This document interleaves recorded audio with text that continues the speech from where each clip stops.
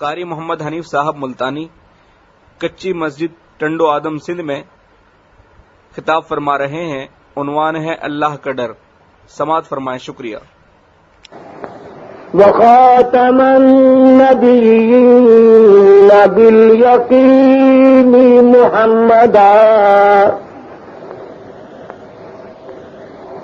باليقين محمدا عبده ورسوله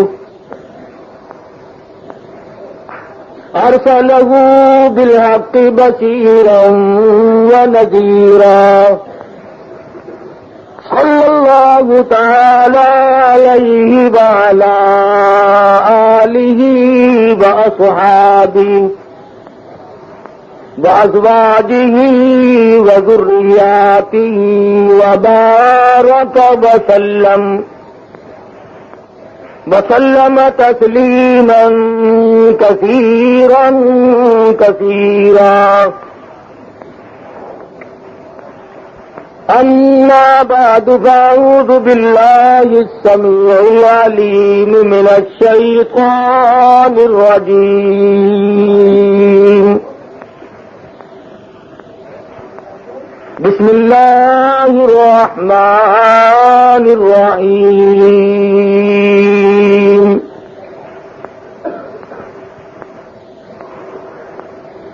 يا أيها الذين آمنوا اتقوا الله حق تقاته ولا تموتن إلا وأنتم مسلمون. واعتصموا بحبل الله جميعا ولا تفرقوا واذكروا نعمة الله عليكم إن كنتم أعداء فألف بين قلوبكم فأصبحتم بنعمته إخوانا وكنتم على شفا حفرة من النار فأنقذكم منها. كذلك يبين الله لكم آياته لعلكم تهتدون. وقال الله تبارك وتعالى فالذين هاجروا وأخرجوا من ديارهم وأوذوا في سبيلي وقاتلوا وقتلوا لأكفرن عنهم سيئاتهم ولأدخلنهم جنات تجري من تحتها الأنهار ثوابا من عند الله والله عنده حسن الثواب. لا يغرنك تقلب الذين كفروا في البلاد متاع قليل ثم مأواهم جهنم وبئس المهاد. وقال النبي صلى الله تعالى عليه وسلم أنا سيد ولد آدم يوم القيامة. وقال النبي صلى الله تعالى عليه وسلم الفقر فخري. وقال النبي صلى الله تعالى عليه وسلم من تشبه بقوم فهو منهم. وقال النبي صلى الله تعالى عليه وسلم لا يؤمن أحدكم حتى أكون أحب إليه من والده وولده والناس أجمعين. وقال النبي صلى الله تعالى عليه وسلم انما الاعمال بالنيات وانما لامرئ ما نوى. صدق الله مولانا العلي العظيم وصدق رسوله النبي الكريم ونحن على ذلك لمن الشاهدين والشاكرين والحمد لله رب العالمين. درود شریف. اللهم صل على محمد وعلى آل محمد كما صليت على إبراهيم وعلى آل إبراهيم إنك حميد مجيد. اللهم بارك على محمد وعلى آل محمد كما باركت على إبراهيم وعلى آل إبراهيم إنك حميد مجيد. معزز سامعین، محترم بزرگوں، عزیز دوستو، قرآن کریم کی چند آیات حدیث پاک میں سے حضور اکرم صلی اللہ علیہ وسلم کے چند ارشادات تلاوت کیے. اللہ پاک سے دعا فرماؤ خدا بند ذوالجلال مجھے ان آیتوں کا اور ان حدیثوں کا صحیح ترجمہ عرض کرنے کی توفیق عطا فرمائے. آمین. اور ہم سب مسلمانوں کو سچا مسلمان پکا دیندار بنائے. آمین. اعمال صالحہ اخلاق حسنہ کی توفیق عطا فرمائے. آمین. الہ العالمین ہم سب گناہگار سیاکار ہیں، اپنے کرم و فضل سے معاف فرما. آمین. ہم سب کے بگڑتے ہوئے حالات کو بہتر فرما. آمین.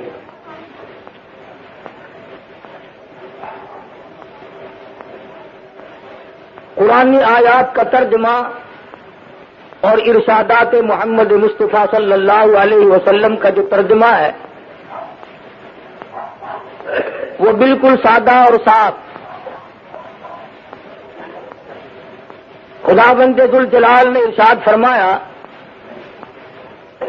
ایمانداروں، مسلمان کہلانے والوں، شفاعت کے امیدواروں، ڈرو اللہ پاک سے حق تقاتہ، جیسا کہ اس سے ڈرنے کا حق ہے. اب اسی جملے کی تفسیر اگر کی جائے اور 2 گھنٹے روزمرہ خرچ کیے جائیں، کم سے کم 1 سال خرچ ہو جائے گا، پر قرآن کے ان جملوں کا ترجمہ ختم نہیں ہوگا. اللہ پاک سے ڈرنے کا کیا حق ہے، کس صورت میں ڈریں. اگر آج ان کا صحیح ترجمہ سمجھا جائے اور ذکر کیا جائے تو وہ ہم لوگوں کے مزاج کے مطابق مشکل بیٹھے گا. کیوں؟ ہمارے یہاں تو ڈر اس کو کہتے ہیں کہ آدمی نے حرام کھایا اور کہہ دیا یا اللہ توبہ میری، رشوت لی اور کہہ دیا یا اللہ معاف کر دیو، زنا اور بدکاری کی اور عرض کر دیا الہ العالمین گناہگاروں معاف کر دینا، عزیز رشتہ دار کا خون پیا اور کہہ دیا کہ یا اللہ معاف کر دے. حق تقاتہ کا ترجمہ یہ نہیں کہ زبان پر صرف استغفار کے لفظ آ جائیں، صرف توبہ کے لفظ آ جائیں. حق تقاتہ کا ترجمہ یہ ہے کہ آدمی کی ہر وقت آنکھ میں آنسو ہو اور دل میں سوز و گداز ہو اور ہر وقت رونگٹا کھڑا ہوتا ہو اور رو رو کر اللہ کی حضور میں ہر وقت یہ عرض کرتا ہو، مولا اگر تو نے معاف نہ کیا تو میں جاؤں گا کہاں.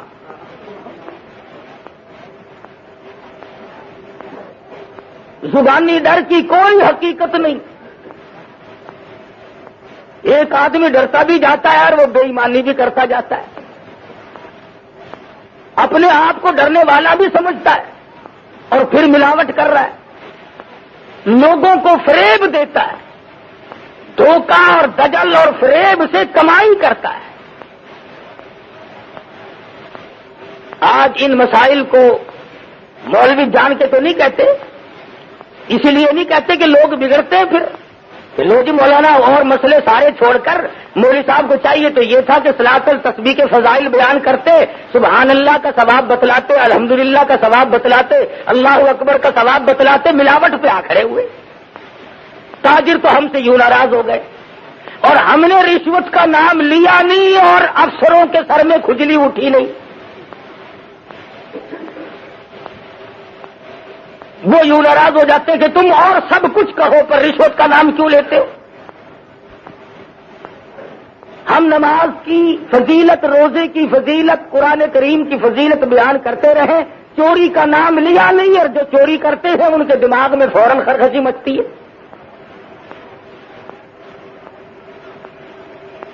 اسی طرح سے جب ہم یہ کہیں کہ صاحب کسی کی بہو بیٹی کو تارنا غلط ہے، ناجائز ہے، حرام ہے، تو وہ کہتے ہیں کہ صاحب مولانا لوگ مسجد میں بیٹھے رہتے ہیں، انہیں کیا قدر ہے حسن کی؟ تو پھر میرے دوست بیان کیا کیا جائے؟ قرآن کریم نے ان تمام چیزوں کو تفصیل کے ساتھ بیان فرمایا، اور جب تک ہم ان تمام چیزوں کو چھوڑ نہ دیں اس وقت تک مسلمان کہلانے کے حقدار نہیں۔ کیوں؟ اس وجہ سے محمد مصطفیٰ صلی اللہ تعالی علیہ وسلم نے ارشاد فرمایا، جو اسلام کی حرام کردہ چیز کو حرام نہیں سمجھتا، حلال کردہ چیز کو حلال نہیں جانتا، سرکار مدینہ فرماتے ہیں فلیس منا، وہ میری امت سے خارج ہے۔ ایک حدیث پاک میں ہے، فرمایا نبی کریم صلی اللہ تعالی علیہ وسلم نے، صحابی نے پوچھا یا رسول اللہ میرے ماں باپ آپ پہ قربان ہو جائیں، عرض کرنے لگا آپ ارشاد فرماؤ قیامت کب آئے گی؟ سرکار مدینہ صلی اللہ علیہ وسلم نے جواب میں ارشاد فرمایا جب ہر گھر سے کنجری کی آواز آنے لگے۔ میں جب دورہ پڑتا تھا اور یہ حدیث سامنے آئی تو میں نے استاد سے جھگڑا کیا کافی دیر تک کہ حضرت شریف خاندان دنیا میں ہے، سعادت مند عورتیں ہیں، گھر گھر سے کنجری کی آواز کیسے آ جائے گی؟ لیکن آج کے حالات نے ثابت کر دیا، گھر میں شریف زادی بیٹھی ہو، کتنا ہی خاندان اونچا ہو، کیسے ہی نیک بخت لوگ رہتے ہو، پر گھر میں ریڈیو رکھا ہے، ہر گھر سے کنجری کی آواز آج آ رہی ہے کہ نہیں؟ امام الانبیاء محبوب کبریا حضرت محمد مصطفیٰ صلی اللہ تعالی علیہ وسلم کا ارشاد پورا ہو گیا۔ پہاڑ اپنی جگہ سے ٹل سکتے ہیں، زمین اپنی جگہ سے ہل سکتی ہے، یہ آسمان کے ستارے چاند ٹوٹ سکتے ہیں، پر کالی کملی والے کا فرمان غلط نہیں ہو سکتا۔ حضور مدنی کریم صلی اللہ تعالی علیہ وسلم نے ارشاد فرمایا جب لوگ گناہ کو گناہ نہ سمجھیں، جب برائی کو برائی نہ سمجھیں، جب لوگوں کے دلوں سے برائی کی برائی نکل جائے، سرکار مدینہ نے ارشاد فرمایا پھر انتظار کرو قیامت کی گھنٹی کا۔ آج آپ دیکھ لیں کس قدر ہم میں اظہار ہے، بسوں کے ایکسیڈنٹ ہو جاتے ہیں، لوگ مرنے والوں کے منہ میں پانی بعد میں ڈالتے ہیں، پہلے ان کی جیبوں کی تلاشی لی جاتی ہے، مرنے والے مر رہے ہیں، خون بہ رہا ہے، ہائے ہائے ہو رہی ہے، پر مسلمان لوگ ان کی گھڑیاں کھولنے میں مصروف ہے، عورتوں کی بالیاں نکالنے میں مصروف ہے، اور جو اتنے بڑے ظالم لوگ بن گئے ہو انہیں اطمینان کیسے ملے گا، انہیں سکون کیسے حاصل ہوگا جو ایسے وقت میں بھی چوری سے دوسرے کا مال لوٹنے سے باز نہ آئے، وہ کب حرام و حلال کی پہچان کر سکتے ہیں؟ اس لیے خداوند ذوالجلال نے ارشاد فرما دیا وقت آئے گا میں تم سے ایک ایک کو کھڑا کر کے ساری زندگی کے بارے میں اس طرح سے بات پرس کروں گا کہ تم وہاں سے ہلنے نہ پاؤ گے۔ آج دین کا لوگوں نے مذاق اڑا رکھا ہے، اسلام کا تمسخر بنایا ہوا ہے، قرآن مجید کی عظمت کو لوگ کسی طرح سے بھی دلوں میں جگہ دینے کو تیار نہیں۔ اتنی بڑی بے ایمانی کرنی تو ٹھیک نہیں، کچھ تو انصاف کرو۔ تم اپنے معاملات میں غور کر کے دیکھو، عورت کو زندہ خامن چاہیے، خامن کو زندہ عورت چاہیے، اولاد کو زندہ ماں باپ چاہیے، ماں باپ کو زندہ اولاد چاہیے، مکان زندوں کے لیے، دکان زندوں کے لیے، ریل گاڑی موٹر ہوائی جہاز زندوں کے لیے، سبزی ترکاری کھانا پکانا، یہ تمام چیزیں زندوں کے لیے۔ اور مسلمانوں انصاف کرو، ساری چیزیں زندوں کے لیے، پر اللہ کے قرآن کو تم نے مردوں کے سپرد کر دیا۔ سب کچھ تمہارے لیے، روپیہ پیسہ زندوں کے لیے، کھانا کمانا زندوں کے لیے، فلم تھیٹر تماشا زندوں کے لیے۔ ارے کمال کرتے ہیں لوگ، جب کوئی مر جاتا ہے بنگلے میں، کوٹھی میں، مکان میں، گھر میں، پھر ملا لوگوں کو بلایا جاتا ہے، آؤ آج تو ہمارے گھر میں قرآن کی تلاوت کرو۔ جب تک کوئی مر نہ جائے خدا کے قرآن کو گھر میں جگہ کوئی نہیں۔ اور میں تمہیں صاف ذمہ داری سے بتلاتا ہوں، کوئی مائی کا لال حدیث کی کتابوں میں اس کی تردید نہیں کر سکتا۔ میں قسم کھا کر کہتا ہوں، قرآن مجید بھی اللہ نے زندوں کے لیے بھیجا، مردوں کے لیے نہیں۔ نزول مقصد قرآن مردوں کے لیے نہیں۔ میں یہ نہیں کہتا کہ اگر کوئی پڑھ کے بخشے تو ثواب نہیں پہنچتا، اتنی بات ضرور کہوں گا کہ جو پڑھ کر بخشے گا ثواب پہنچ جائے گا، بیچ میں مولوی کی مہر لگوانا ضروری نہیں۔ آپ کو کیا پتا آج خدا جانے کتنے ملا جلاب لیتے پھر رہے ہیں کہ کل کو لوگوں کے یہاں کنڈے ہیں زیادہ سے زیادہ رگڑنے۔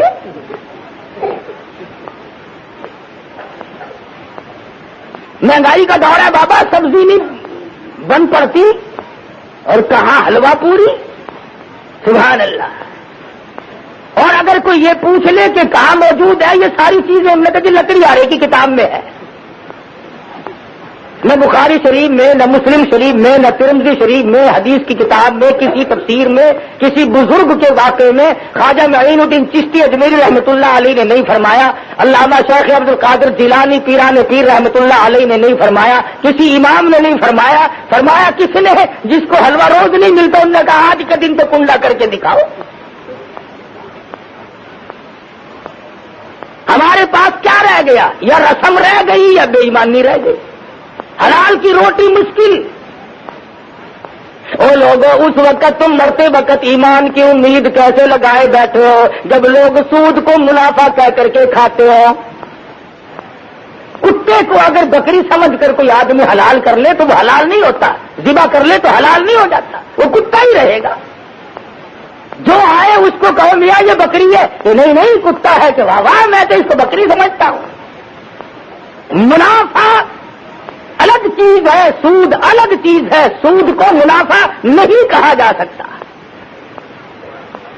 پھر آج مسلمانوں پہ تو راہیں بڑی کھلی ہوئی ہیں، جو چاہے کر لیں، جو ان کے جی میں آئے وہی کر گزریں، نہ موت کا غم ہے نہ قبر کا فکر ہے۔ وہ ایک امیر آدمی تھا، اس کا کتا مر گیا تو وہ رونے لگا ہو کر کے، تو پڑوسیوں نے کہا کہ کتا ہی تو مر گیا، روتا کیوں ہے؟ اور کتا خرید لے لے، کہیں سے کتے ہزاروں پھرتے ہیں۔ تو کہنے لگا میں کتے کو نہیں روتا، کیا اور کہ رونا اس بات کا ہے کہ اسرائیل نے گھر دیکھ لیا، وہ پھر بھی آئے گا ہلا ہلا کبھی نہ کبھی۔ تو چاہے جتنی صورت بنا، موت سے کسی کو مفر نہیں۔ امیر غریب پیر مولوی وزیر بادشاہ صدر ملازم افسر تمام کی موت آئے،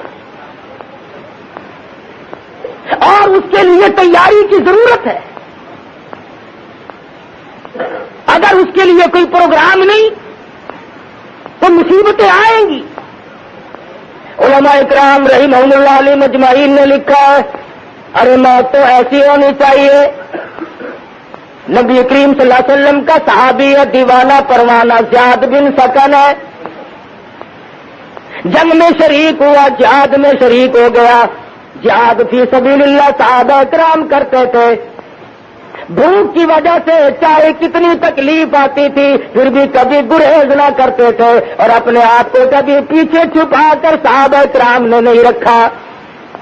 جنگ ختم ہوا، جہاد ختم ہوا، صحابہ کرام واپس آ گئے، شہید ہوئے انہیں بھی لے آئے۔ مدنی کریم صلی اللہ علیہ وسلم بار بار پوچھتے ہیں، او لوگوں اس صحابی کا کتنا اونچا مقدر ہوگا جس کو کالی کملی والے بار بار یاد فرما رہے ہیں۔ فرمایا زیاد بن سکن کہاں ہے؟ غازیوں میں نہیں، زخمیوں میں نہیں، شہیدوں میں نہیں، ملتا نہیں۔ صحابہ کرام بار بار جاتے ہیں، منہ پہ عرض کر دیتے ہیں ہمیں کہیں نظر نہیں پڑتے۔ مدنی کریم صلی اللہ علیہ وسلم نے ارشاد فرمایا جاؤ پہاڑ پہ کھڑے ہو کر دو صحابی آواز لگاؤ، زیاد بن سکن تم کہاں ہو؟ تجھے کالی کملی والے یاد فرما رہے ہیں۔ دھیمی دھیمی سی آواز آئی، دھیرے دھیرے سے ایک غار میں سے آواز آئی، کہنے لگا میں چلنے پہ قادر نہیں، میں آنے پہ قادر نہیں، چل نہیں سکتا، شدید زخمی ہوں، تم جلدی کرو میرے پاس آ جاؤ۔ صحابہ دوڑے دوڑے جا پہنچے اور کہنے لگا جلدی کرو مجھے اٹھا کر دوڑ کے لے کے چلو۔ کیوں کیا بات ہے؟ کہتا میری ایک تمنا ہے، میری ایک آرزو ہے، میری ایک حسرت ہے، میں چاہتا ہوں وہ پوری ہو جائے۔ صحابہ کرام اٹھا کر لیے چلے جا رہے ہیں، مدنی کریم کے قریب آ پہنچے۔ صحابہ کرام نے پوچھا بتلا تو دے تیری کیا تمنا ہے، کیا تیری آرزو ہے؟ کہنے لگا لوگوں ساری عمر دعا مانگی، الہی آخری وقت ہو میری نظر ہو اور محمد مصطفیٰ کا رخ انور ہو، ایسی صورت میں میری موت آئے۔ صحابی کو اٹھا کر صحابہ اکرام دوڑے دوڑے تشریف لائے اور مدنی کریم صلی اللہ علیہ وسلم نے دیکھ کر ڈیلی پھیلا دی، رحمت والی گود میں صحابی کا سر رکھ لیا، حضور کی آنکھوں میں آنسو آ گئے۔ 100 کے قریب تلواروں تیروں کے زخم ہے، سر سے پاؤں تک زخمی ہے۔ مدنی کریم کے چہرے انور پہ نظر ڈال کر مسکرانے لگا۔ آپ نے فرمایا کیا بات ہے زیاد بن سکن کیوں مسکرائے؟ عرض کیا میرے آقا آج عمر بھر کی تمنا پوری ہوئی، میری آرزو پوری ہوئی، آج خوشی نہ مناؤں تو اور کیا کروں؟ میری زندگی کے آخری لمحات آپ کے دیدار میں گزر رہے ہیں۔ کیوں؟ اس لیے میں تو ساری عمر اسی تمنا میں لگا رہا، جہاد کی تمنا کرتا تھا، اللہ نے زخمی جہاد میں کیا اور موت کے لیے آپ کی رحمت والی گود مجھے عطا فرما دی۔ عشق سوزو گداز ہو تو یہ ساری چیزیں بنی جایا کرتی ہیں، اور یوں خام خواہ سکھ کے عشق میں کچھ نہیں رکھا، لوگوں کو بہکانے کے لیے طرح طرح کی باتیں بنائے۔ فرمایا خون جگر دے کے خزاں میں ثمر لائیں گے، یوں تیری راہ میں سر دے کے گزر جائیں گے، کون تیری آنکھ کہے زہر ہی راہل کو، مگر ہم تیرے عشق میں یہ زہر بھی پی جائیں گے۔ سرکار مدینہ کے سچے شہدائی اور سچائی معنوں میں محبت کرنے والے حضور صلی اللہ علیہ وسلم کی نظر زیاد بن سکن کو پڑی۔ زیاد بن سکن نے رخ انور کا دیدار کیا۔ اور لوگوں ہم میں سے کوئی اپنی بیوی کو دیکھتا ہوا مرے گا، کوئی اپنے بچوں کو تکتا ہوا مرے گا، کوئی کوٹھی بلڈنگ بنگلے کو دیکھتا ہوا مرے گا۔ قربان جاؤں زیاد بن سکن تیری موت پہ، تو آخری وقت میں مدنی کریم کا دیدار کر رہا ہے۔ رحمت والی گود میں دم توڑا، پیشانی پہ بوسہ دے کر سرکار مدینہ نے ارشاد فرمایا فزت برب الکعبہ، اور نوجوان رب کعبہ کی قسم تو کامیاب ہے۔ 100 کے قریب زخم کھائے، تمنا ہے پھر بھی دل نہیں توڑا۔ آج ہم تو سکینتوں میں دل توڑ بیٹھتے ہیں، ارے صاحب ٹھیک ہے نیکی تو ہے پر کیا کروں، میں تو اس کے لائق نہیں، میں کر نہیں سکتا۔ سچی سچی عبادت ایسی عبادت ہے، ایسی نیکی جس میں تکلیف آنے کا کوئی اندیشہ نہ ہو، اس کے لیے تو ہم سب تیار ہیں، اور جس پہ یوں معلوم ہو جائے کہ کوئی نہ کوئی مصیبت آئے گی پھر ہم سب یرک جاتے ہیں۔ رات کا وقت ہے، ہے محمد مصطفیٰ صلی اللہ علیہ وسلم کے صحابی کا جنازہ اٹھایا گیا۔ اللہ پاک ہم سب کو مدینے پاک کا دفن نصیب فرمائے۔ نوازا ہے مولا کریم نے جن کے دلوں میں یہ محبت، سوز و گداز اور یہ عشق رہا کہ مدینے کا دفن نصیب ہو۔ مولانا بدر عالم میرٹھی رحمت اللہ علیہ کو جا کے دیکھو، مائی حلیمہ کے قدموں میں اللہ نے جگہ عطا فرما دی۔ مولانا مظفر حسین کاندلی رحمت اللہ علیہ کو اللہ تبارک و تعالیٰ نے سیدنا عثمان غنی رضی اللہ تعالیٰ عنہ کی بغل میں جگہ عطا فرما دی۔ چاہنے والوں کو ملتا ہے پر کوئی چاہے بھی، یہ بھی کوئی رزق ہے کہ صاحب مدینے کے امام کے پیچھے نماز نہیں ہوتی، مکے کے امام کے پیچھے نماز نہیں ہوتی۔ ایک مسئلہ پوچھوں گا تم سے، ذرا بول کے بتلاؤ، تمہارے یہاں تم جس امام سے ناراض ہو جاؤ اسے رکھتے ہو؟ کہتے ہو نا کہ مولانا صاحب صبح آپ تشریف لے جائیں، بستر گول کریں اپنا۔ تم اگر ناراض ہو جاؤ تو امام کو نہیں رہنے دیتے، فوراً اسے نکال کر باہر کر دیتے ہو۔ تم اگر ناراض ہو جاؤ، متولی ناراض ہو جائے، حاجی جی ناراض ہو جائے، نمازی ناراض ہو جائے تو کسی امام کو مسجد میں نہیں رہنے دیتے۔ حضور صلی اللہ علیہ وسلم کو اتنا بھی اختیار نہیں کہ جس سے حضور ناراض ہو اس امام کو وہاں سے ہٹا ہی دے۔ مدنی کریم کو تمہارے نزدیک اتنا بھی اختیار نہیں ہے۔ ادھر کہتے مختار کل ہو اور ادھر زبردستی ہو رہی ہے، حضور ناراض ہے اور امام مصلی پہ چڑھے کھڑے ہیں۔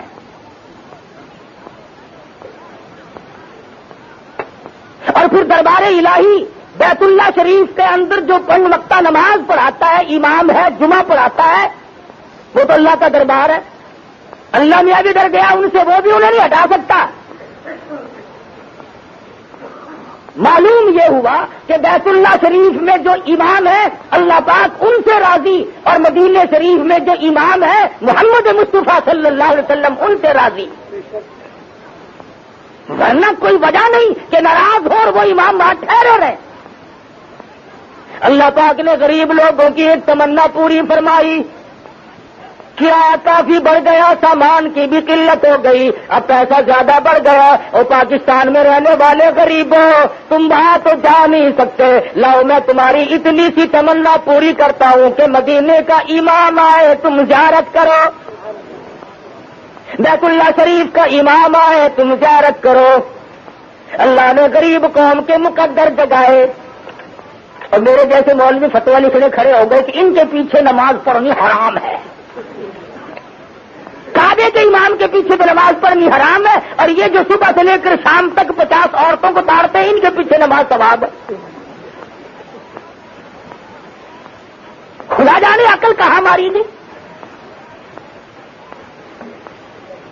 اللہ پاک نے ایک تھوڑی سی جھلک دکھائی کہ بھی تم نہیں پہنچ سکتے، اور کیوں؟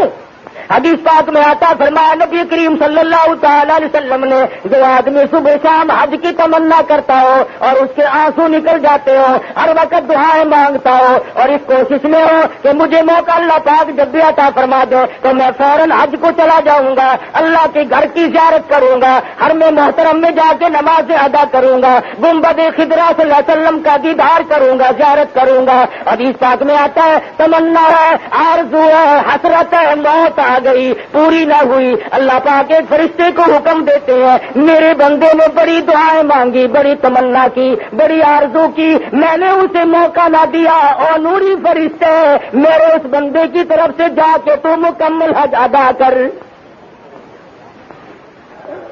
کیونکہ اس کی آرزو ہے، اس کی حسرت تھی، اس کی تمنا تھی۔ تو مسئلہ کہتے ہوئے سوچنا لوگ بھول گئے کہ مسئلہ کہے تو کس طرح سے کہے اور کیا کہے۔ وہ ایک آدمی آیا فتویٰ لینے ایک مولوی کے پاس، عورت آئی، وہ کہنے لگی کہ اس طرح سے انتقال ہو گیا، میرے خامند کا مال اب جائیداد تقسیم ہونی ہے، میرا کتنا حصہ بنے گا؟ مولوی صاحب نے فتویٰ دیا کہ 8واں حصہ ملے گا، باقی تیری اولاد کا۔ اس نے کہا یہ تو کام بالکل خراب ہو گیا، 8ویں حصے میں کیا کام چلے گا؟ یہ سب بچے کچے لے گئے سارا حصہ۔ وہ کہنے لگی مولوی صاحب نوٹ دوں گی 100 کا بندہ، کوئی بڑی کتاب میں دیکھ لے اگر کوئی مسئلہ نکلتا ہو۔ انہوں نے لگا تو پہلے نوٹ لا پھر مسئلہ نکال دوں گا میں. اس نے دے دیا تو کہنے لگا ایسی کتاب میں سے نکالوں جس کا انکار کوئی نہ کر سکے. ماں اغنا عنہ مالہ و ماں کا سب، سارا ہی ماں کا ہے، ماں کو دے دو، بچوں کی ماں کو دے دو اور کسی کا کوئی حصہ نہیں. جب یوں مسئلے ہونے لگے پھر آپ اندازہ لگائے خیر کہاں سے آئی. ارے صحابہ کرام تو یہ تھے جنہوں نے دین احمد صلی اللہ علیہ وسلم کی حفاظت کے لیے، دین کی عظمت کے لیے 100 تلواروں تیروں کے زخم کھائے اور محبت اور عشق کا کی انتہا ہو گئی. مدنی کریم کی گود میں دم توڑنے کی تمنا رکھی. رات کا وقت ہے، جنازہ اٹھانے والے صدیق اکبر جیسے صحابی ہیں، عمر فاروق رضی اللہ تعالیٰ عنہ، عثمان غنی رضی اللہ تعالیٰ عنہ، علی مرتضیٰ رضی اللہ تعالیٰ عنہ، بڑے بڑے جلیل القدر صحابہ ہیں. اور سب سے بڑی کمال کی بات یہ ہے کہ مدنی کریم صلی اللہ علیہ وسلم بھی جنازے کے ساتھ ساتھ تشریف لے جا رہے ہیں. جس کے جنازے کے ساتھ کالی کملی والے تشریف لے جائیں، اندازہ لگاؤ اس کا مقدر کتنا اونچا. راستے میں چلتے چلتے سیدنا ابو ہریرہ رضی اللہ تعالی عنہ کی نظر پڑی. یہ بڑا عاشق صحابی تھا، ہر وقت مدنی کریم کی ادائیں تکتا رہتا تھا.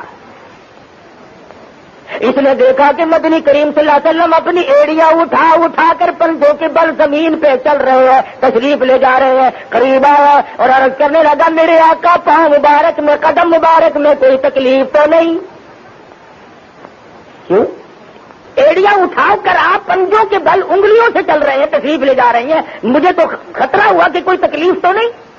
فرمایا ابو ہریرہ تجھے علم نہیں، اس صحابی نے 100 کے قریب زخم کھا کر اللہ کی راہ میں شہادت حاصل کی، میری گود میں دم توڑا، تمنا کتنی اچھی کی، دین کی حفاظت کے لیے اپنی جان کو چھلنی کرا دیا. آج اس کا جنازہ پڑھنے کے لیے آسمان سے اتنے نوری فرشتے آئے ہوئے ہیں کہ پورا قدم رکھنے کی گنجائش کوئی نہیں، پورا قدم نہیں رکھا جا سکتا. کالی کملی والے کے صحابہ کے جنازے فرشتوں نے پڑے. یہاں نیک لوگ بھی ہمیں نصیب نہیں، آتے بے وضو آ کر یوں ہی کھڑے ہو جاتے ہیں اور پھر اس پہ ناز کرتے ہیں کہ صاحب اتنا بڑا مجمع تھا فلاں کے جنازے پہ، کیا عرض کیا جائے. یہ تو نہیں دیکھا کہ مجمع تو بڑا تھا لیکن کس قسم کے لوگوں کا مجمع تھا.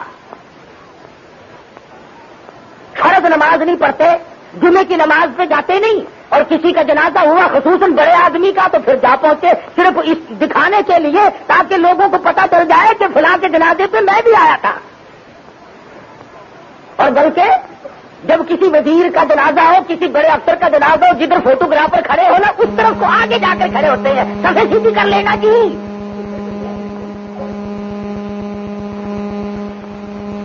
ایک آدمی اور آ رہا ہے، انتظار کرو تاکہ سب کو پتہ چل جائے کہ میں بھی آیا ہوں. ہے کتنا جنید بغدادی، تیرے آنے سے بخشش ہو جائے گی. بس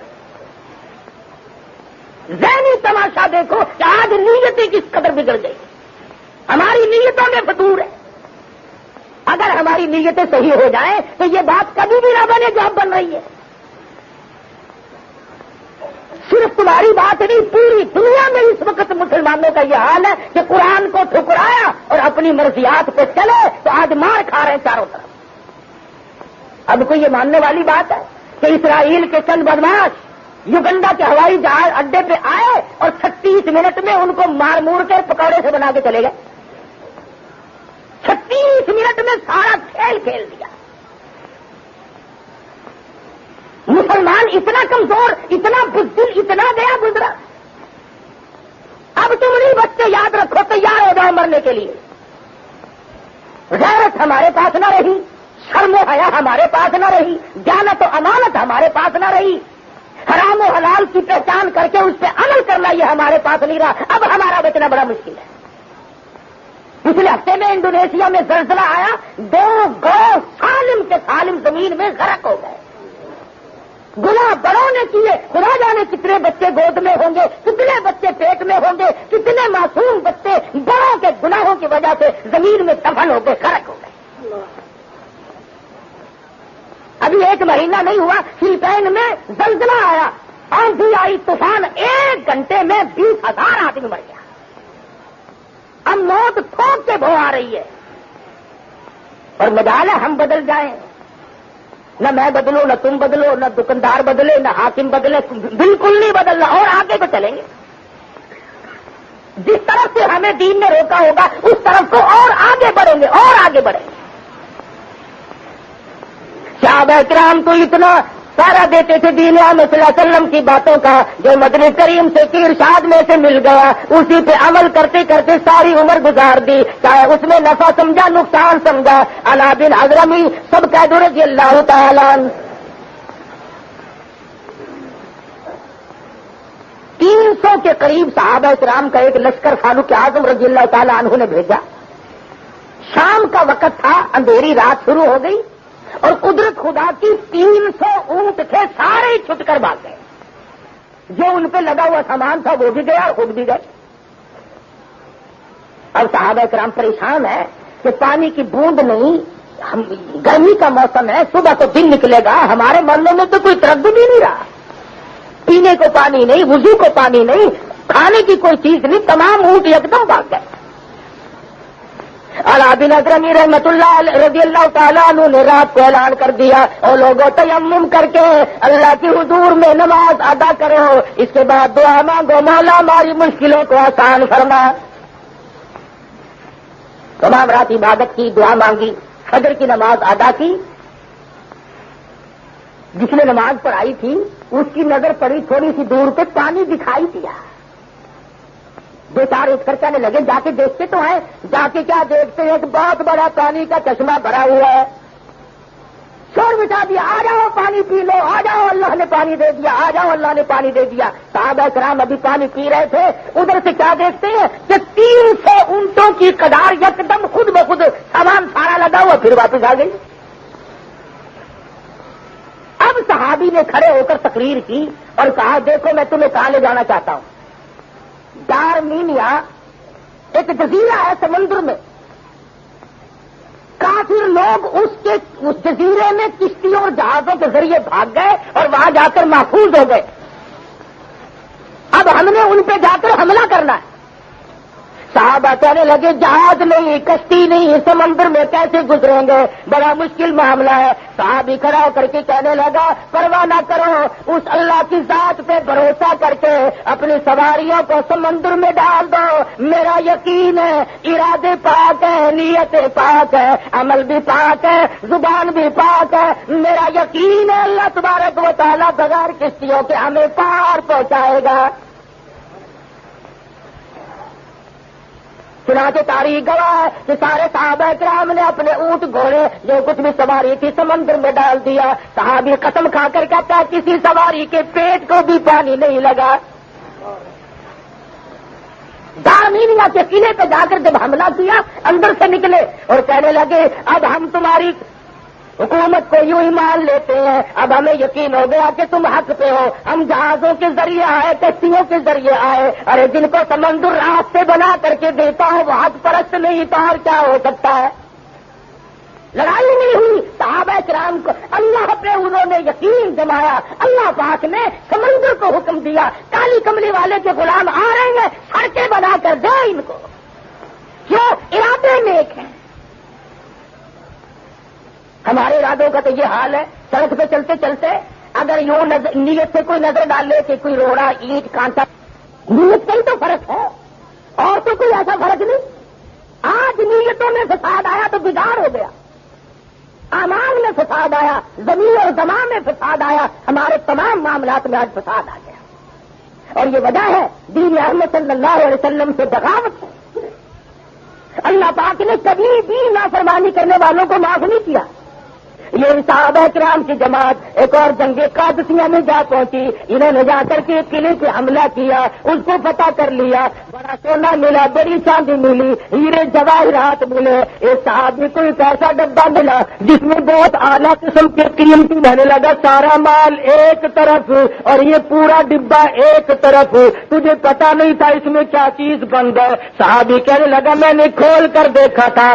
پوچھا کمانڈر نے تجھے اس کی قیمت معلوم ہے؟ صحابی کہنے لگا ہاں مجھے قیمت معلوم تھی، پھر یہ تم نے ڈبہ چھپایا کیوں نہیں؟ کہنے لگا کیسے چھپاؤں، مجھے قبر کا اندھیرا یاد ہے۔ کیسے چھپا لیتا، مجھے تو قبر کا اندھیرا یاد ہے، میں نے تو ایسی کوٹھڑی میں جانا ہے، نہ میرا عزیز ہوگا نہ میرا کوئی رشتے دار ہوگا، اکیلا میں ہوں گا وہاں۔ اور صحابہ کرام تمام کا تمام مال غنیمت لے کر واپس آئے۔ اور ایک اور جماعت مسلمانوں کی ایک جنگ میں گئی، یہودیوں نے عیسائیوں نے کیا کیا کہ سونا چاندی تمام چھپا دیا، بلکہ سمندر میں پھینک دیا، دریاؤں میں، کہ ان کے ہاتھ نہ لگے۔ ایک مسلمان نہانے کے لیے جو اندر گھسا، اس کی پیر کو ایک پلیٹ لگی، نکال کر دیکھا تو سونے کی ہے، رونا پڑ گیا، سونا اس کے اندر موجود ہے۔ اب وہ گوتے لگا ہوئے، کوئی پیالی سی نکال کر لائے، کوئی ڈلی نکال کر لائے، سونے کا ڈھیر لگ گیا وہاں۔ اندر کوٹھڑی میں قلعے کی ایک کبوتر بیٹھا تھا، ایک صحابی نے تیر مارا کبوتر مارنے کے لیے، وہ جو تھوڑا سا سیمنٹ کا یا چونڈے کا ٹکڑا تھا وہ ہٹا، وہاں سے برن برن برن برن دینار برسنے شروع ہو گئے سونے کے، انہوں نے وہاں چھپا رکھے تھے۔ اور اس کا پتہ چل جائے گا۔ یہی مسلمان تھے، دنوں میں کچھ گڑبڑ آ گئی، کسی نے دینار کچھ ادھر ادھر کر لیے، اور ایک مسلمان نے تو ایسا کیا کہ بلی ماری، اس کا پیٹ چاک کیا اور اس میں سونے چاندی اور جواہرات بھر کے اسے سی کر رسی میں باندھ کر یوں گھسیٹتا ہوا لے گیا کہ مردار کو باہر پھینک کے آؤں۔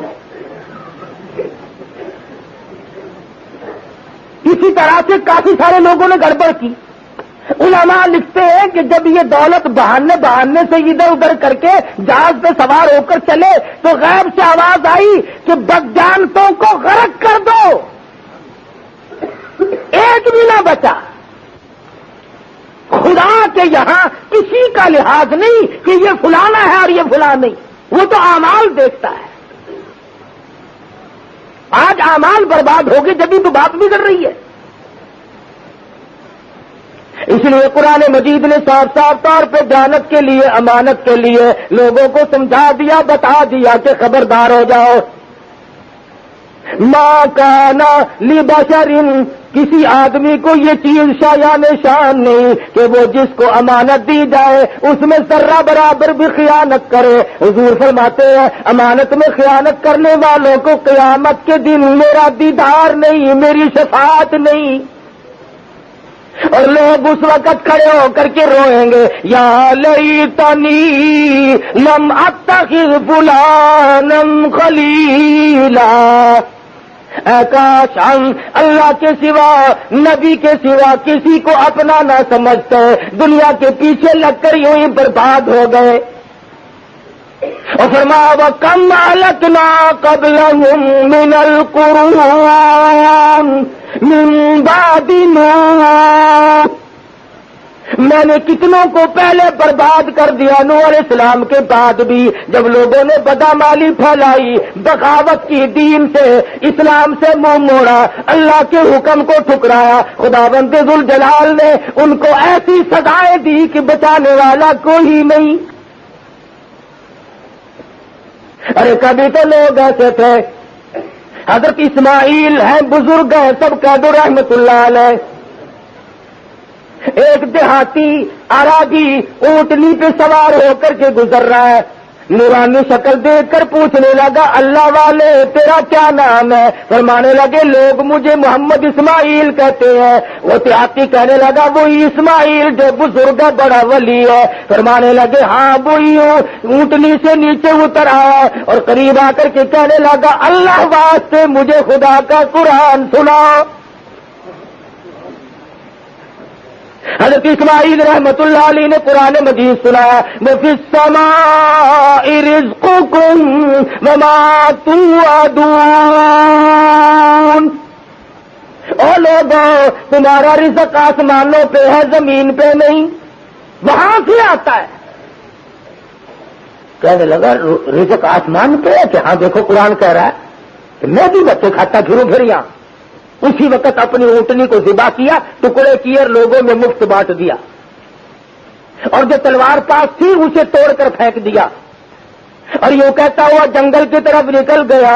اللہ پاک نے سچ فرمایا, میرا یقین آ گیا. حضرت اسماعیل رحمت اللہ علیہ فرماتے ہیں کوئی 10 مہینے سال کے بعد میں حج کو گیا, میں اللہ کے گھر کا طواف کر رہا تھا, کسی نے پیچھے سے میرا کپڑا پکڑ کر کھینچ کر کہا اللہ والے اس دن جنگل میں قرآن سنایا تھا, آج دربار الہی میں سنا دے. وہ مجھے پکڑ کر مقام ابراہیم پہ لے گیا, میں وہاں بیٹھ گیا, پھر میں نے چند آیتیں وہی سنائی. اس کے بعد پڑھا فَوَرَبِّ السَّمَاءِ وَالْأَرْضِ إِنَّهُ لَحَقٌّ مِثْلَ مَا أَنَّكُمْ تَنطِقُونَ. اللہ پاک زمین و آسمان کی قسم کھا کر فرماتے ہیں لوگوں میری بات پہ یقین کیا کرو. وہ دیہاتی کہنے لگا اللہ پاک کو قسم کھانے کی کیا ضرورت پڑی, بندوں کو یقین دلانے کے لیے مولا کریم قسمیں کھائے, ہم یقین نہ کریں. ایک مرتبہ ان آیتوں کو پھر پڑھو. حضرت اسماعیل نے پڑھی, دیہاتی نے چیخ ماری, مقام ابراہیم سے دھڑام سے گر کر جان دے دی. کبھی اللہ کا قرآن سن کر لوگوں کی روح فنا ہو جایا کرتی تھی, اب تو شرم بھی نہیں آتی, اب تو حیا بھی نہیں آتی کہ ہم خدا کے قرآن سے کتنی بغاوت کر رہے ہیں. مسجدوں میں قید کرو اسے بس, اس کے لیے کوئی ٹھکانہ نہیں, میرے تیرے گھر میں جگہ نہیں, عدالت مارکیٹ میں کوئی جگہ نہیں, انصاف فیصلہ کرنے کے لیے قرآن مجید کا کوئی ٹھکانہ نہیں. نظام مصطفیٰ سے غداری ہو رہی ہے, اللہ پاک ہمیں کب تک معاف کرے گا. ڈھیل دے رکھی ہے بس اسے, جب نمبر آئے گا وہ سنبھال لے گا. نہ وہاں سیاست چلے گی, نہ وہاں تجویز چلے گی, نہ وہاں تدبیر چلے گی. بڑے بڑے سیاستدان لوگ پہلے آئے, ان کی کبھی نہ چل سکی اور انہیں کوئی نہ بچا سکا. علماء کرام لکھتے ہیں کہ بادشاہ وقت نے اپنا میلہ لگایا ہوا ہے, گانا بجانا, شراب پینا پلانا ہو رہا ہے, ناچ گانا, گھنگروؤں کی جھنکار ہے. بڑوں بڑوں کے کان کھڑے ہو جاویں بابا, جب عورت ناچتی ہے اچھے اچھوں کا وضو ٹوٹ جاتا ہے. تو باہر دروازے سے کسی نے زور سے دستک دی, کھڑکا کیا, تو بادشاہ نے کہا دیکھنا کون ہے. اس نے جب دروازہ کھولا جا کے دیکھا تو پھٹے پرانے کپڑوں والا ایک مسکین کھڑا ہے. اس نے کہا دروازہ کس نے کھٹکھٹایا؟ کہ میں نے. کیوں؟ کہ تمہارے بادشاہ سے میرا کام ہے, ملنا ہے. میں نے میرے بادشاہ سے ملنے والا منہ دیکھو, کپڑے بدن کے پورے نہیں ہیں, یہ بادشاہ کو ملنا چاہتا ہے. چل یہاں. دروازہ بند کیا اور جا کر بادشاہ کو کہا کہ جی اپنا کام شروع کرو. وہ تو ایک فقیر تھا, ہم نے اس کو ڈانٹ ڈوٹ دیا ہے. نگا چھوڑ دیا تم نے زندہ اس کو؟ کہ جی ہم نے اس کو پرے کر دیا, چکے کر دیا, دفے کر دیا. جس نے میرا مزہ بگاڑا اس کو زندہ نہیں چھوڑنا چاہیے تھا. چلو بھائی ساز شروع کرو, آواز آئے, شراب کا دور آئے. اس نے دوسری مرتبہ پہلی مرتبہ سے بھی زور سے دروازہ کٹکھٹایا, اور چوکیدار نے آ کے جب دروازہ کھولا تو یہ چھلانگ مار کے بادشاہ کے پاس پہنچ گیا. نہیں تم کیوں آئے؟ میرا کام ہے, تیرے سے آیا کیا ہوں. کہنے لگا ہے کوئی جو اس کی گردن جلدی سے کاٹ دے. فرمایا میری گردن کاٹو گے؟ میں کہا اور کس کی؟ تم نے تمام مزے کا بیڑا گرک کر دیا, کرکلا کر دیا سارا, جلدی گردن کاٹو اس کی. میں کہا میری کاٹو گے؟ میں کہا اور کس کی؟ میں ذرا سا کام ہے ایک آپ سے کام. میں کیا کام ہے؟ کان میں کہنے کا ہے. کان میں کہنے کا ہے. ذرا سا کان کے منہ قریب کر کے کہا میری گردن کاٹے گا. نے کہا کہ میں تو بالکل موت ہوں, اسرائیل ہوں میں تو. بس سنتے ہی دیکھنا کہ دیکھنا, ابھی دیکھنا ذرا سی مہلت دو, بڑی مہربانی ہوگی. ابھی ان کا بدماش ہم مہلت چاہتا ہے, ابھی تو گردن کاٹ رہا تھا میری. ایک سکیت کی مہلت تجھے نہیں ملے گی.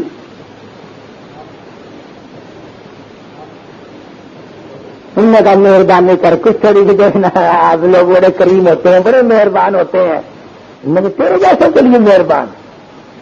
فرمایا جاء اجلها لا يستأخرون ساعة ولا يستقدمون.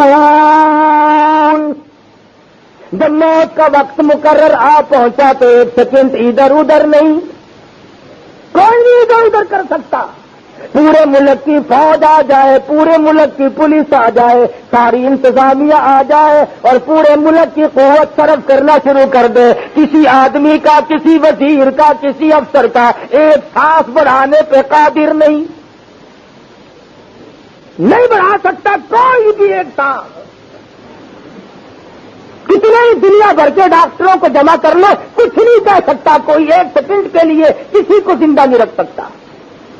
جب موت آنے والی ہے تو اس کے لیے صحابہ کرام نے بھی تیاری فرمائی. اور آج ہمارے ایسے حالات کیوں ہو گئے کہ ہمارا کسی طرح کا بھی پروگرام نہیں، کوئی منشور نہیں، بلکہ اندھیر کھاتے کی طرح سے جو دماغ میں آتا یوں ہی کرتے جاتے ہیں، چلتے جاتے ہیں.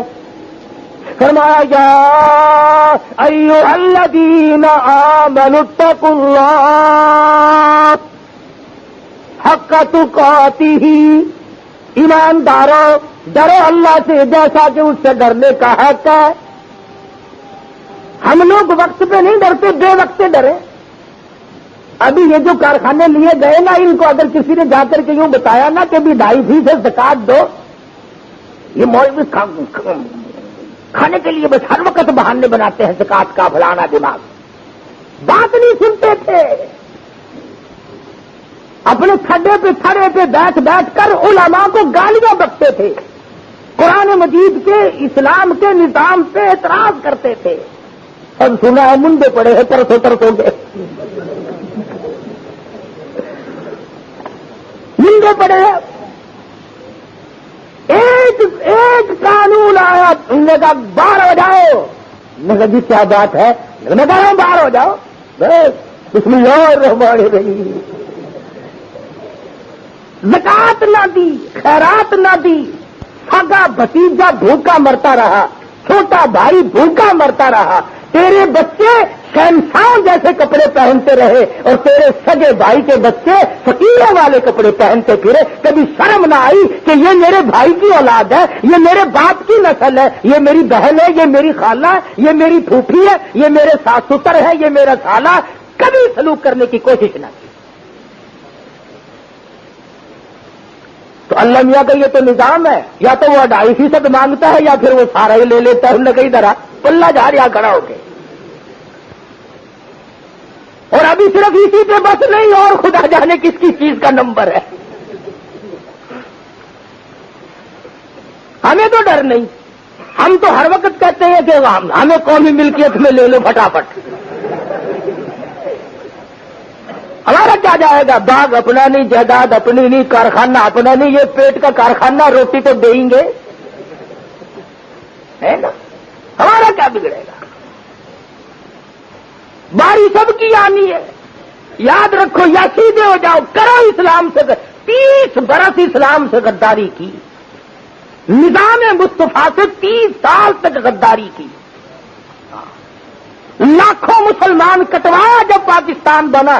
شرم نہ آئی کہ ہم ان معصوم بچوں کی روحوں کو تکلیف دیں گے.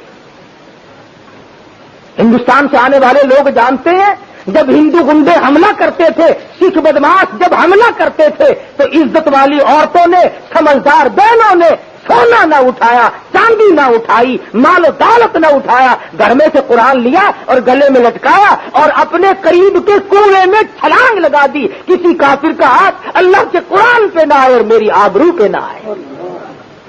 تم نے 30 برس تک ان بہنوں کا منہ چڑھایا. اب سوال یہ پیدا ہوگا کہ جی یہ جو لے رہے ہیں ان کے پاس رہیں گے؟ اللہ میاں کا نظام یہ ہے، اس نے ہر چھوٹی مچھی کے پیچھے بڑی مچھی لگا رکھی ہے. ادھر ادھر سے معاملہ یہی گول ہوتا چلا جائے گا.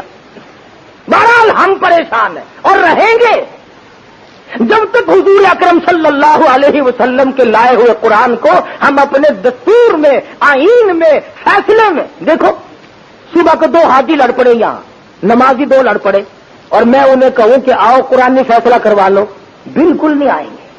چاہے وہ روزانہ 100 رکعت نماز نفل کی نیت باندھتے ہو. انہیں کہو کہ مسجد میں مولوی صاحب بیٹھے ہیں, اسلام کا مسئلہ پوچھو, محمد مصطفیٰ صلی اللہ علیہ وسلم کی عدالت کا مسئلہ پوچھو اور اپنا مقدمہ یہیں ختم کر دو. نہیں صاحب, کورٹ میں تمہیں لے کے چھوڑوں گا, ابھی ہائی کورٹ تک لے جاؤں گا. لائے ہوئے قرآن کو ہم اپنے دستور میں, آئین میں, یہ تو نمازیوں اور حاجیوں کا میرے جیسے حاجی لڑ پڑے یہاں, نمازی لڑ پڑے, اور میں انہیں کہوں کہ آؤ قرآن نے فیصلہ کروا لو. بالکل نہیں. امام الانبیاء محبوب کبریاء حضرت محمد مصطفیٰ صلی اللہ تعالی علیہ وسلم کا فیصلہ اپنا نہیں, خدا کا فیصلہ ہے. اسلام کا مطلب عالم چونکہ مالک کائنات کی عدالت کا کائنات اور اپنا مقدمہ یہی ختم کر دو.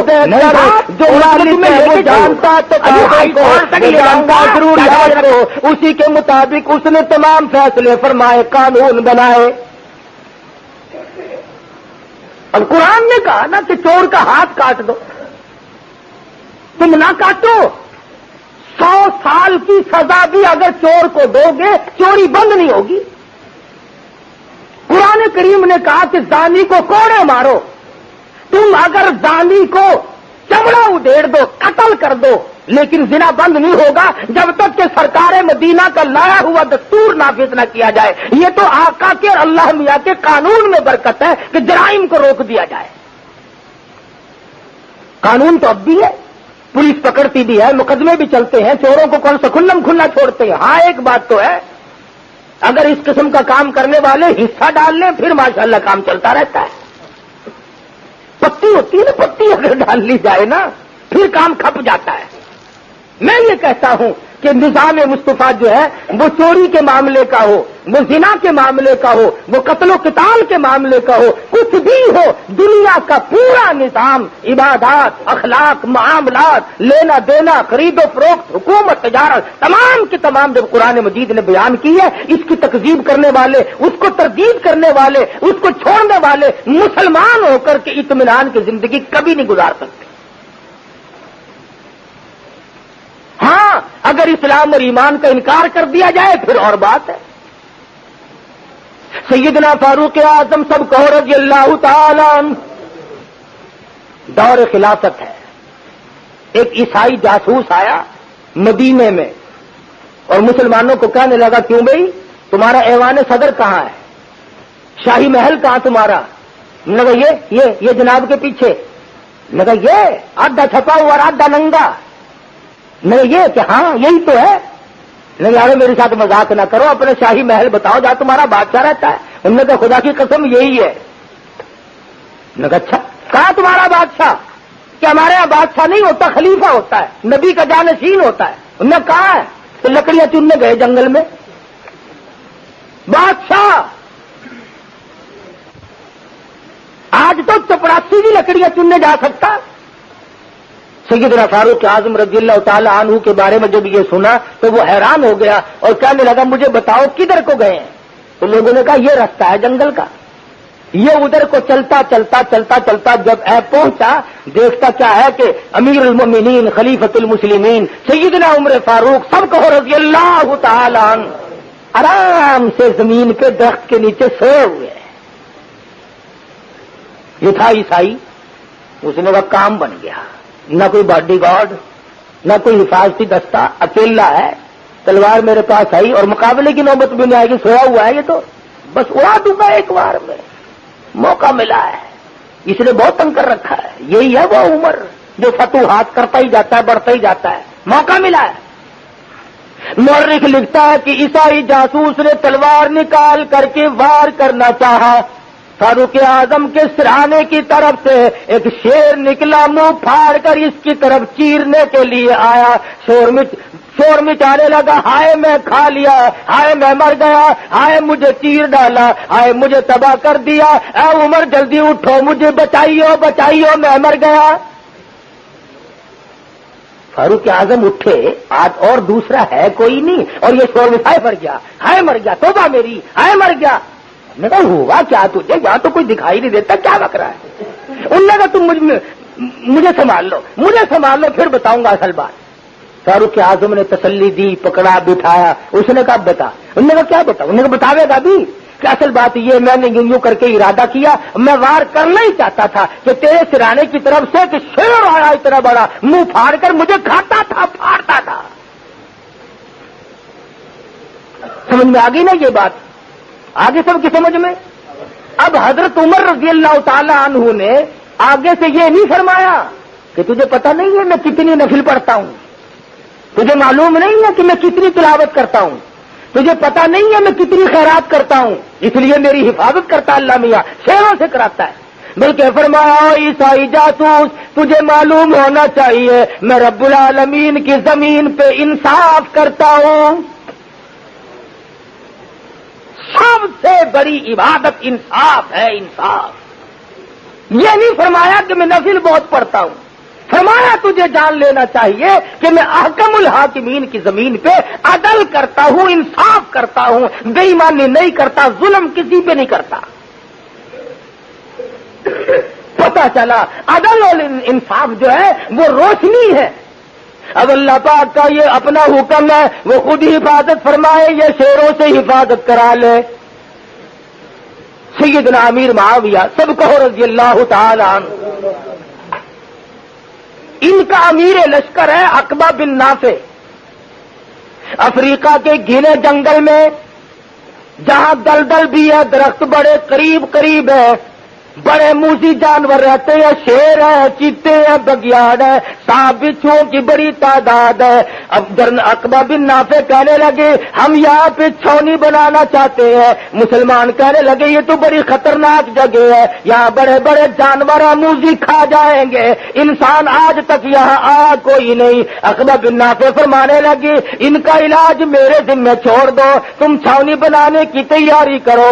صحابی درخت پہ چڑھا اور آواز کہنے لگا او شیرو، او بگیاڑو، او چیتو، او سانپ بچھو، تمام جانوروں کے نام لے لے کر کے کہا میں غلام ہوں محمد مصطفیٰ صلی اللہ علیہ وسلم کا، اور ہم یہاں چھاونی بنائیں گے مستقل، اس لیے میں حکم دیتا ہوں 24 گھنٹے کے اندر اندر جنگل کو خالی کر دو، جو ملے گا اس کے بعد اسے قتل کر دیا جائے گا۔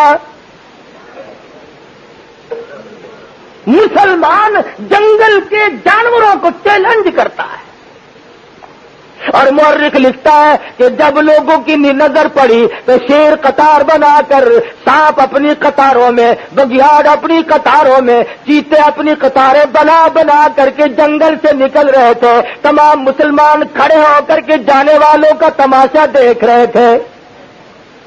کبھی تم ایسے تھے کہ تمہارے جنگل کے جانور بھی تابع تھے، سمندروں کا پانی بھی تمہارے تابع تھا، کبھی ہوا بھی تمہارے تابع تھی، اور آج تم خود مر رہے ہو، تمہارا اس دنیا میں پرسان حال، اور تمہیں سنبھالنے والا کوئی نہیں۔ کبھی اس کی وجہ نہیں سوچی کہ آخر ایسا ہو کیوں گیا، کیوں ہوا ایسا؟ اس کا واحد سبب یہ ہے کہ نظام مصطفیٰ صلی اللہ علیہ وسلم سے غداری ہے۔ دنیا کے مسلمانوں نے قرآن کے نظام کو چھوڑ دیا، اسلام کے نظام کو چھوڑ دیا، سرکار مدینہ کے لائے ہوئے دستور کو چھوڑ دیا، اپنی مرضی کا نظام چلایا۔ اللہ پاک اس سے ناراض ہوتے ہیں، فرمایا لوگوں آؤ بچ کے دکھاؤ میں تمہیں کس طرح پہ ٹھکانے لگاتا ہوں۔ رات لوگ حیدرآباد میں کہہ رہے تھے کراچی سے کئی بسیں آتی آتی پانی میں جو گھسی، کئی بسیں لڑک گئی، اور ایک دلہن جس کو کراچی سے لا رہے تھے پانی میں جب بہنے لگی، اس کے خامند نے چٹیا پکڑی تو وہ ہاتھ میں رہ گئی اور وہ پانی میں بہ گئی اور مر بھی گئی۔ اس نے کیا مہندی اس لیے لگائی ہوگی کہ میں راستے میں ڈوب جاؤں گی؟ کتنے دن پہلے ماں باپ نے، سہیلیوں نے بٹھایا ہوگا گھر میں کہ تو دلہن بن کر جائے گی، اسے معلوم تھا کہ میں تو ٹھکانے پہنچنے بھی نہ پاؤں گی۔ اور ابھی پچھلے ہفتے میں لال پور سرگودے کے درمیان میں ایک بس آئی فاٹک پہ، ڈرائیور کے ہاتھ پاؤں پھول گئے، وہ تو چھوڑ کے نکل گیا، 26 آدمیوں کے چھیچڑے اڑ گئے، براتیوں کے، اور قدرت خدا کی اسی بس میں دولہا دلہن دونوں بچ گئے۔ جنہیں بسانے چلے تھے وہ بچ گئے، جو بسانے والے تھے وہ اجڑ گئے۔ اس لیے کہتا ہوں ہر وقت اللہ اللہ پاک سے ڈر، اس سے ڈرنے کا یہ حق ہے کہ اٹھتا بیٹھتا کھاتا پیتا لکھتا سوچتا تمام معاملات میں اللہ سے ڈر کر حق کا تو قاتی ہی ایسا ڈر جیسا کہ اس سے ڈرنے کا حق ہے۔ براتیوں کے اور تمام دونوں بچ گئے، بچانے والے تھے وہ بچانے والے تھے وہ اجڑ گئے۔ فرماتے ہیں کہ میں نے ساری عمر تمنا کی ہر وقت اللہ ابو بکر صدیق سے نکلے یہ حق ہے کہ اٹھتا بیٹھتا کھاتا ہے، میں نے یہ تمنا کرنی تمام معاملات میں اللہ تو قاتی ہی ایسا ڈر جیسا جو اس سے ڈرنے کا حق۔ امیر المومنین خلیفۃ المسلمین سیدنا ابو بکر صدیق سب کا رضی اللہ تعالی خلافت کا دور ہے۔ عمر فاروق فجر کی نماز کے بعد ایک بڑھیا محتاج کے دروازے پہ چلے گئے، آواز دی برتن لا، میں پانی بھر کے لا دوں اور جو تیرا کام کاج جو مجھے بتا دے۔ اندر سے آواز آئی جزاک اللہ، اللہ پاک تجھے جزائے خیر عطا فرمائے، تجھ سے پہلے کوئی اور سارے کام کر کے چلا گیا۔ حیران ہے کون ہے ایسا آدمی؟ نماز پڑھتی تو میں آیا ہوں، نماز سے پہلے کون آ گیا؟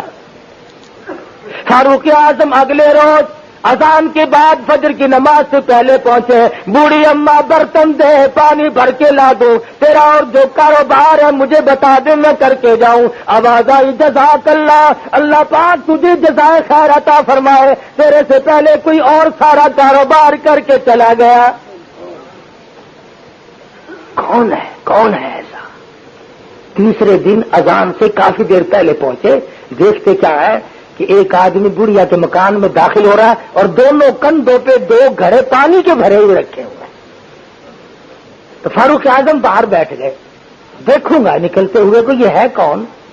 جھاڑو دی، کھانا پکایا، اس معذور محتاج عورت کو کھلایا، برتن صاف کیے، سارا کام کر کے جب باہر نکلے فاروق اعظم نے آواز دی، وہ جانے والے بتا تو دے تو کون ہے؟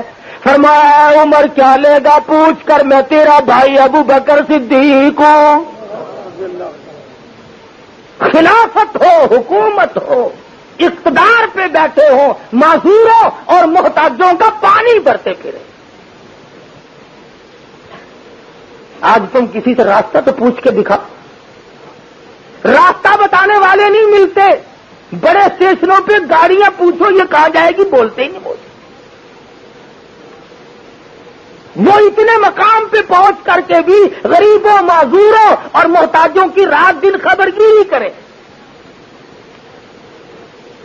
صبح کسی سپاہی کو کہہ کر دیکھنا کہ ذرا یہ چارن نہیں کیا ہری مرچیں تو لانا، ایسی لا کے دیکھنا یاد رکھو گے۔ ہاں کسی کو کہہ کے تو دیکھو تم، وہ زمان نہیں چلا گیا، وہ لوگ ہی رخصت ہو گئے جو دوسروں کے کام آیا کرتے تھے۔ اب تو جہاں تک ہوگا دوسرے کو برباد کریں گے، بے عزتی کریں گے ایک دوسرے کی۔ تو حضور اکرم صلی اللہ علیہ وسلم نے قرآن مجید کی تلاوت فرمائی، فرمایا یا ایھا الذین آمنوا اتقوا اللہ حق تقاتہ ولا تموتن الا وانتم مسلمون۔ ایمانداروں ڈرو اس مولا کریم سے جیسا کہ اس سے ڈرنے کا حق ہے، اتنے ڈرو کہ مرتے وقت تم پکے مسلمان ہو کے مرو، آخری دم تک تمہارے ذمے کسی کا حق نہ ہو، تم کسی کا ناجائز مال کھا کے نہ مرو، کسی کو ستا کے نہ مرو، کسی کو پریشان کر کے نہ مرو، تاکہ قبر کی تباہی تمہارے سامنے نہ آ جائے۔ سیدنا ابو درداء ہے سب کہہ دو رضی اللہ تعالی عنہ، ایک جنازے کے ساتھ ساتھ چل رہے ہیں۔ کسی نے پوچھا ابو درداء یہ کس کا جنازہ ہے؟ کہنے لگا تیرا جنازہ ہے۔ اس نے ذرا منہ بنایا کہ ناراض کیوں ہوتا، چل میرا جنازہ ہے۔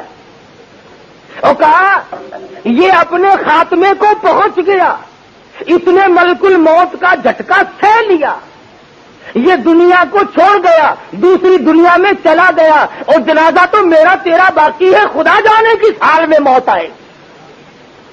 سیدنا ابراہیم علیہ السلام نے ملک الموت سے کہا مجھے اپنی شکل تو دکھا جس شکل میں گناہگاروں فاسقوں فاجروں کی روح نکالتا ہے. کہنے لگا خلیل اللہ تحمل نہ کر سکو گے, دیکھ نہ سکو گے. فرمایا نہیں دکھاؤ تو صحیح. حضرت اسرائیل نے کہا خلیل اللہ ذرا پھر منہ پرلی طرف کر لو. انہوں نے منہ کر لیا. فرمایا عرض کیا ادھر دیکھو. حضرت خلیل اللہ نے جب دیکھا تو خلیل اللہ ہو کر ہزاروں انبیاء کا جد امجد ہو کر بے ہوش ہو کر دھڑام سے زمین پہ گر گئے. اتنی ڈراؤنی شکل, ایسی ہیبتناک صورت. اور جب ہوش میں آیا فرمایا کہ اگر کوئی اور عذاب نہ ملے صرف اس شکل میں جان نکالنا ہی عذاب کافی ہے. اتنی بھیانک صورت.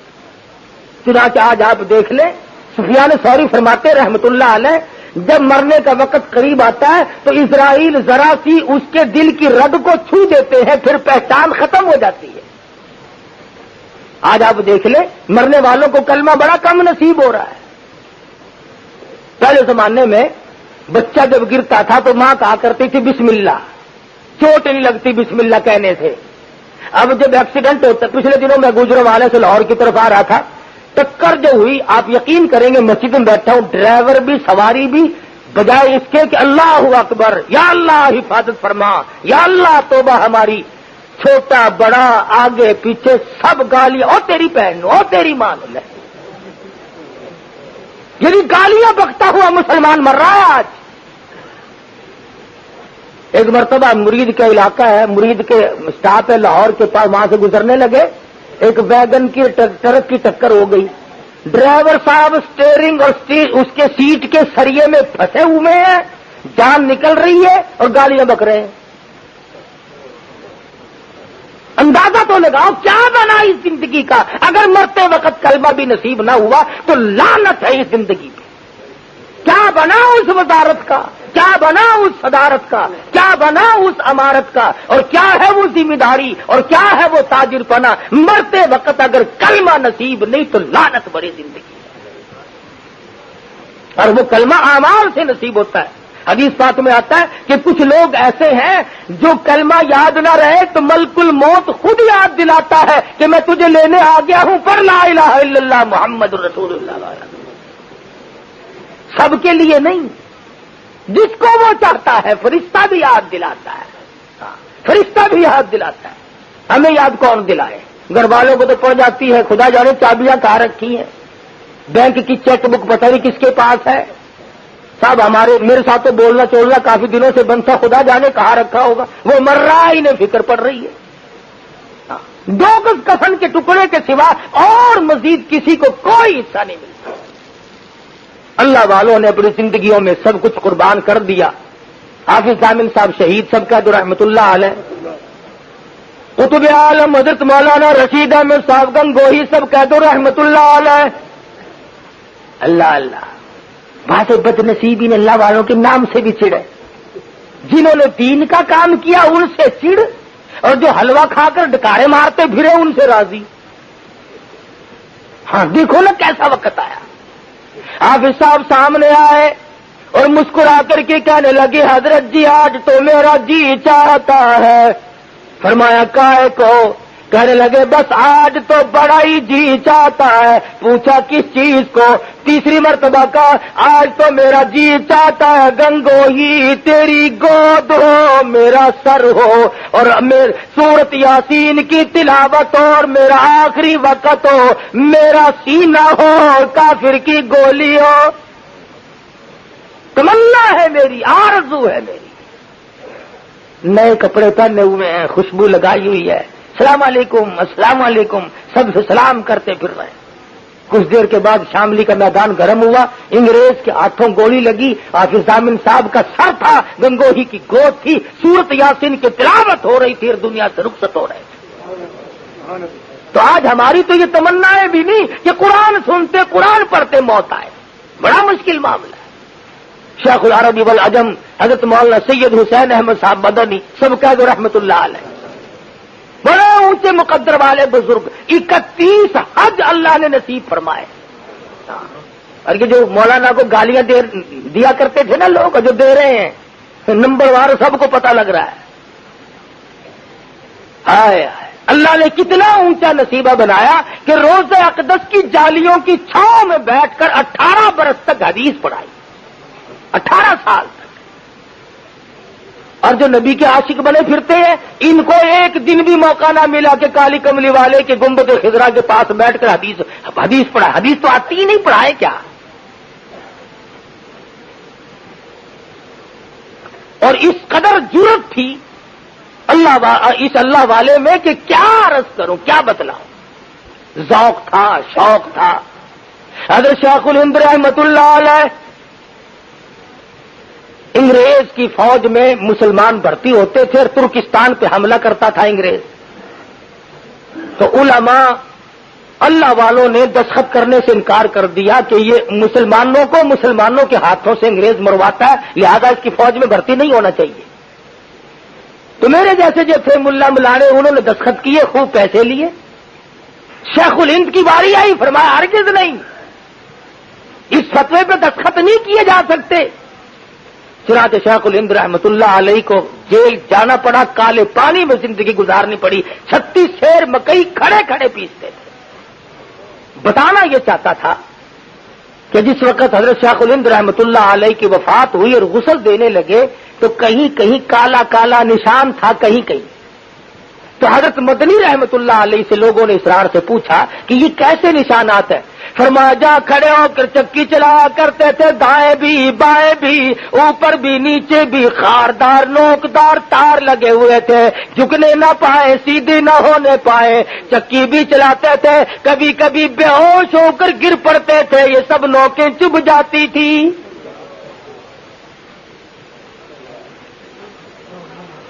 پر مسئلے میں ہیرا پھیری نہ کی. کتنا ایمان مضبوط تھا. حضرت مدنی رحمت اللہ علیہ کو بلا کر کے کہا گیا کہ آپ لوگوں نے یہ فتویٰ دیا ہے. فرمایا ہاں. میرے جیسا ہوتا نہیں کہتا نا جی نہ, میرا تو مطلب ہی نہیں سمجھا آپ لوگوں نے, میرا مطلب ہی کچھ اور تھا. آج پوری دنیا مطلب کے چکر میں لگی ہوئی ہے. قرآن کا آیت کا ترجمہ بدلنا ہو تو مطلب لے لیا, حدیث کا ترجمہ غلط کرنا ہو تب مطلب نکال لیا.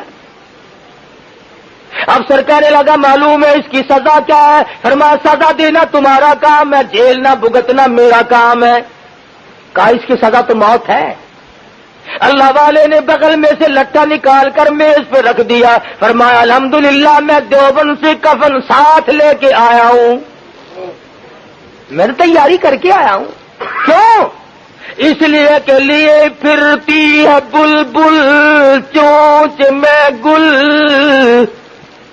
لیے پھرتی ہے بلبل چونچ میں گل, اور ڈھونڈتی ہے شہید ناز کی تربت کہاں ہے.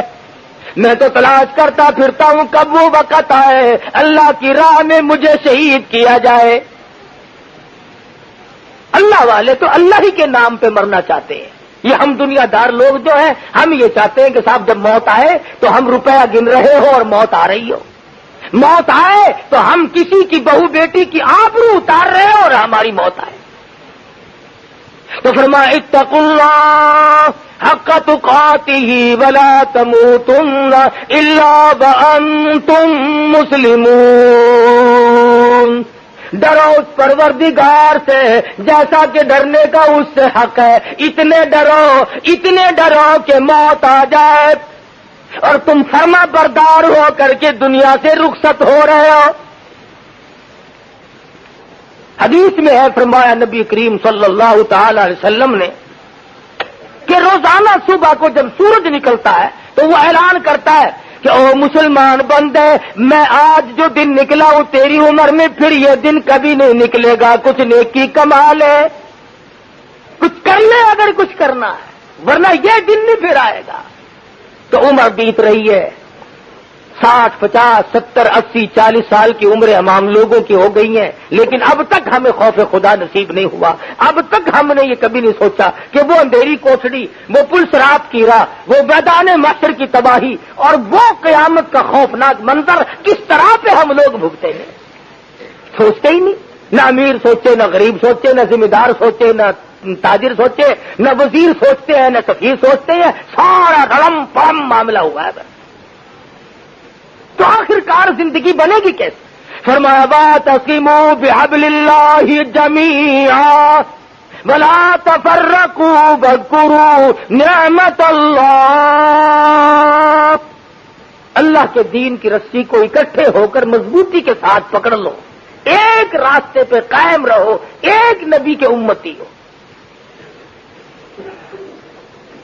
اب کچھ لوگوں کو جب تک وہ گالیاں نہ دے دے اس وقت تک مزہ نہیں آتا، بتاؤ اکٹھے کیسے ہوں؟ جب تک وہ اللہ والوں کو گالیاں نہ بکے اس وقت تک ان کا ایمان ٹھنڈا نہیں ہوتا، نہ دل ٹھنڈا ہوتا ہے۔ اور بعض بد نصیب تو مدنی کریم صلی اللہ علیہ وسلم کے جانثار، نبوت کے چشمدید گواہ، قرآن کے اترنے کے گواہ، حضور کے جانثار، حضور کے پیٹ پہ بندھے ہوئے پتھر کو کھلوانے والے صحابہ کرام کو بھی بکواس کر دیتے ہیں۔ اللہ پاک حضور اکرم صلی اللہ علیہ وسلم کے صحابہ کرام سے بڑا راضی ہے۔ کیوں؟ اس لیے کہ صحابی خود نہیں بنتے، اللہ پاک جس کو صحابی بناتا وہ بنتا ہے۔ فرمایا میرے نبی کے صحابہ میں اور تم میں اتنا بڑا فرق ہے، تم میری راہ میں احد پہاڑ سونے کا برابر خرچ کرو، احد پہاڑ جتنا سونا خرچ